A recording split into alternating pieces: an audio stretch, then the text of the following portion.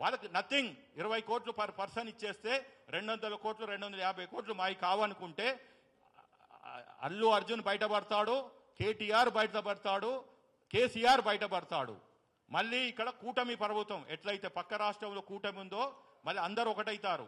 అక్కడ already BJP TDP ఏదైతే అనుకోకుండా అక్కడ జరిగిన ఏదైతే పరిణామాలు ఉన్నాయో అట్లా ఇక్కడ కూడా BJP BRS with the influence of Chandrababu Naidu, దీనికి కేసీఆర్ ఉన్నాడు, మళ్ళీ చంద్రబాబు నాయుడు ఉన్నాడు. వీళ్ళ పైన high command big boss is Narender Damodar Das Modi and Amit Shah. ఇక్కడ వీళ్ళు ఈ తెలంగాణలో ఉన్న బీజేపీ వాళ్ళు కూడా ఎవరు వెళ్ళలేయ్యాల. సంజా థియేటర్ ఎక్కడుంది? సికింద్రాబాద్లో ఉంది. సికింద్రాబాద్ ఎంపీ ఎవరు? కిషన్ రెడ్డి. యూనియన్ మినిస్టర్ వెళ్ళలేదు. నేనేమో మూసీలో పడుకుంటాను, మూసీలో స్నానం చేస్తాను, మూసీలో మునుగుతానేమో డ్రామా చేసినావు. కానీ ఆ మహిళ దగ్గరికి వెళ్ళటానికేమో నీకు మనసు ఒప్పట్లేదు. కిమ్స్కి మొన్న పోయిండు ఎవరు? మన బండి సంజయ్. ఎన్నడు పోయినావు నువ్వు? ఎందుకు పోయినావు అంటే ఆయన మీద కూడా కేసు ఉంది. ఇప్పుడు ఇవన్నీ ఒకటి లోపడేస్తారని. ఇప్పుడు 2025 ఈజ్ రేవంత్ రెడ్డి గారు నాకున్న సమాచారం ప్రకారం మొత్తాన్ని ఒకరిని లోపడేయాలని. ఇప్పుడు ఆయనది కూడా 2-3 కేసులు ఉన్నాయి. మళ్ళీ అయితే రివ్యూకి వస్తాయి.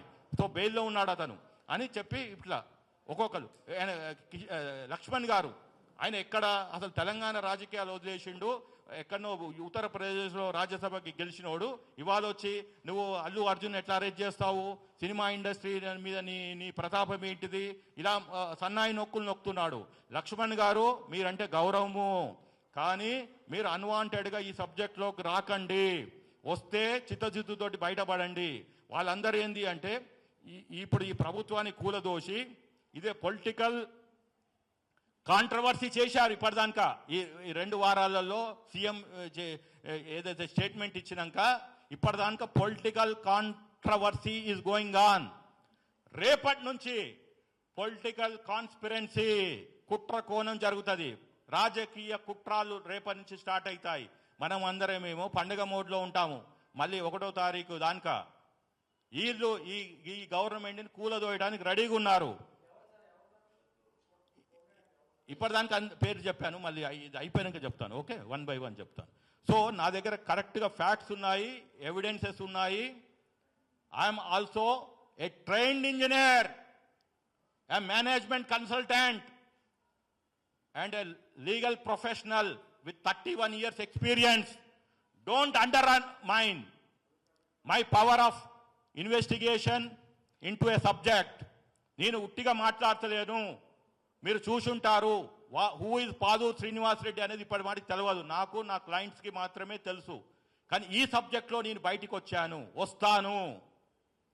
రేవంత్ రెడ్డి గారి సర్కార్ని కాపాడేందుకు నా శాయశక్తుల ప్రయత్నిస్తాను. ఈ తెలంగాణ ద్రోహుల్ని ఇయ్యాల బయటికి తీసుకురావడానికి వచ్చాను. Otherwise people don't me who I am. నాకు ఒక చరిత్ర ఉంది, ఈ బఫూన్స్కున్నట్టు కాదు. ఏదైతే ఈ ఇందాక చెప్పిన పేర్లు. కాబట్టి ఎవ్రీవన్ ఇన్ తెలంగాణ 4.5 కోట్ల ప్రజలు ఈ ప్రజాపాలనని ఏదైతే నడుస్తున్నదో దీన్ని కాపాడుకోవటము మన బాధ్యత. ఒక అల్లు అరవింద్ కోసము ప్రతిపక్షాలు ఉన్నాయి ఈ కుట్రకోణంలో. వాళ్ళ బలం సరిపోతలేదని పక్క రాష్ట్రం నుంచి ఢిల్లీ నుంచి తెచ్చుకుంటున్నారు. ఇవాళ ఎవరైతే ఈ పంచాయతీ తెలంగాణ వర్సెస్ అదర్స్, ఎవరైతే ఈ కుటుంబం న్యాయం కోసం గొంతెత్తారో వాళ్ళే నిజమైన తెలంగాణ వాదులు. రాజకీయంగా సామాజికంగా నేను చెప్తున్నాను, ఈ పిలుపు దూద్ కా దూద్ పానీ కా పానీ జరగాలంటే ఆ మహిళకి, ఆ బాలునికి సమగ్రమైన సంపూర్ణమైన న్యాయం కోసం నిలబడ్డాడే నికాసైన తెలంగాణవాది. ఎవడైతే అల్లు అర్జున్ కోసమో సినిమా ఇండస్ట్రీస్ కోసం నిలబడ్డాడో వాడు యాంటీ తెలంగాణైట్, తెలంగాణ ద్రోహి. నాకు ఎలాంటి సంకోచం లేదు. ఎవడన్నా నోటీస్ పంపించినా no problem, I'm ready to face it, I'm ready to go to jail. Or 100 కోట్లో 1,00,000 కోట్లో ఏమన్నా డిఫమేషన్ కేసు ఇస్తే నేను ఫేస్ అవుతాను. తర్వాత ఈ బాలుడు ఎవరైతే 42 ఏళ్ళ కుర్రవాడు తండ్రిని ఒకవైపు పెట్టుకొని అడ్వకేట్స్ని ఒకవైపు పెట్టుకొని he has waged a war on Telangana. అంటే తెలంగాణ రాష్ట్రం మీద, ముఖ్యమంత్రి మీద యుద్ధం ప్రకటించిండు. అది ఏ మీడియా కవర్ చేయలేదు. Conducting a counter press meet on proceedings of Telangana assembly by a individual, not by a political party, not by a politician, bloody by a private person, by a private family, is nothing but an attack on government of Telangana and Telangana Assembly. ఇప్పుడు నేను చెప్తున్నాను ఆ 119 మంది ఎమ్మెల్యేలకి, ఇమ్మీడియట్గా మీరు house motion move చేసి speaker గారికి ప్రివిలేజ్ మోషన్ మూవ్ చేసి సంబంధ్ పంపించాలి. He is not a member of house, but he is finding fault and telling CM is misguiding the assembly. How dare! ఆయన రాజకీయవేత్త కాదు, మాజీ ఏది పబ్లిక్ రిప్రజెంటేటివ్ కాదు, ఒక సినిమా ఆర్టిస్ట్ మాత్రమే. ఆయనను రక్షించుకోవడానికి ఒక విక్టిమ్ కార్డు ప్లే చేస్తూ నా క్యారెక్టర్ అసాసినేషన్ చేస్తున్నారు. ఎవరు చేస్తున్నారు అంటే తెలంగాణ గవర్నమెంట్ అంట, ముఖ్యమంత్రి గారు, leader of the house. What nonsense! Allu Arjun and Allu Aravind is talking. How dare! పై నుంచి బ్లాక్ మెయిలింగ్. మేము వెళ్ళిపోతాము, వెళ్ళిపో. మీ తాతకు రాసిచ్చిన ల్యాండ్ అండి ఆ జూబ్లీ హిల్స్లో, ఆ ఫిలిం నగర్లో మీకున్న ప్రాపర్టీస్, ఆహా ప్రాపర్టీస్ అన్ని తెలంగాణ గవర్నమెంట్కి అప్పచెప్పురి. మీకు ఎందుకంటే అవి ఉట్టి పుణ్యానికి ఇచ్చారు. ఆ రోజు ఫిలిం ఇండస్ట్రీ పెడతామని 3 తరాలు ఎంజాయ్ చేశారు. తెలంగాణ ప్రజల సొమ్ముతోటి మీరు, వాళ్ళ రక్త మాంసాలతోటి మీరు హీరోలు అయ్యారు. ఇవాళ ఒక మహిళ చనిపోయింది అని చెప్పి పోలీసులు కేసులు పెడితే నేను వెళ్ళిపోతాను బ్లాక్మెయిల్ చేస్తావా?